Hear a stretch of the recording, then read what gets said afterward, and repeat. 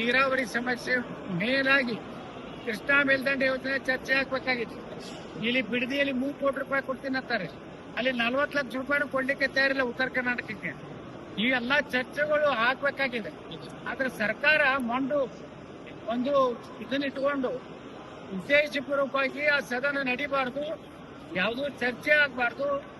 ಎಲ್ಲ ಬಿಡದಿ ಬಗ್ಗೆ ಮುಖ್ಯಮಂತ್ರಿಗೆ ನೈತಿಕತೆ ಉಳಿದಿಲ್ಲ. ಮುಖ್ಯಮಂತ್ರಿಗಳು ಬಿಡದಿಯಲ್ಲಿ ರೈತರನ್ನ ಒಕ್ಕಲೆಬ್ಬಿಸುವಂತ ಏನು ಕೆಲಸ ಮಾಡ್ತಾ ಇದ್ದಾರೆ, ಅದೆಲ್ಲ ಮುಚ್ಚಿ ಹಾಕಲಿಕ್ಕೆ ಈ ಕಾರ್ಯತಂತ್ರವನ್ನು ಕಾಂಗ್ರೆಸ್ ಮಾಡಿದೆ. ಸರ್, ಆಮೇಲೆ SIR ಈಗ ಕ್ಲಿಯರ್ ಆಗಿದೆ ಸರ್. ಸುಮಾರು 1,11,00,000 ಅಷ್ಟು ಮತಗಳು ಡಿಲೀಟ್ ಆಗಿದೆ. ತಮ್ಮ ಕ್ಷೇತ್ರದಲ್ಲಿ ಏನಾದ್ರು ಡಿಲೀಟ್ ಆಗಿದೆಯಾ? ನಮ್ಮ ಕ್ಷೇತ್ರದಲ್ಲಿ ಸುಮಾರು 2,90,000 ಮತದಾರಿದ್ರು. ಈಗ ವಿಜಯಪುರ ವಿಧಾನಸಭಾ ಕ್ಷೇತ್ರ 2,90,000 ಮತದಾರಾಗಿದೆ.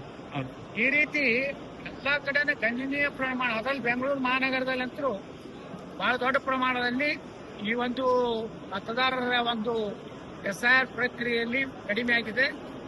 ಇನ್ನೂ ಅವಧಿ ಕೊಡಬೇಕು. ಇನ್ನೂ ಯಾರ್ಯಾರು ಈ ಏನು SIR ಭಾಗವಹಿಸಿಲ್ಲ ಅವರಿಗೆ ಇನ್ನೊಂದು ತಿಂಗಳು ಅವಕಾಶ ಕೊಡ್ಬೇಕು ಅನ್ನೋದೇ ನಮ್ಮ ಆಗ್ರಹ.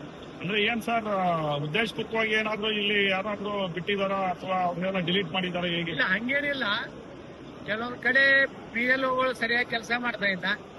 ಮನೆಗೆ ಹೋಗಿ ಫಾರ್ಮ್ ಕೊಡ್ಬೇಕಾಗಿದ್ದನ್ನು ಅವ್ರು ಕೊಡ್ತಾ ಇಲ್ಲ. ಅಲ್ಲಿ ಒಂದೇ ಕಡೆ ಕೂತು ಕೆಲವೊಂದು ಶಾಸಕರ ಒತ್ತಡದ ಮೇರೆಗೆ SIR ಸರಿ ಆಗ್ತಾ ಇಲ್ಲ.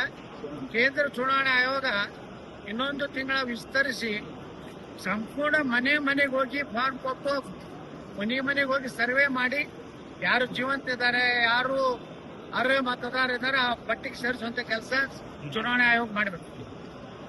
If you like this video, ಬೇಗ ಲೈಕ್ ಮಾಡಿ, ಕಾಮೆಂಟ್ ಮಾಡಿ, ಶೇರ್ ಮಾಡಿ ಹಾಗೂ ಯೋಯೋ ಟಿವಿ ಕನ್ನಡವನ್ನು ಸಬ್ಸ್ಕ್ರೈಬ್ ಮಾಡಿ.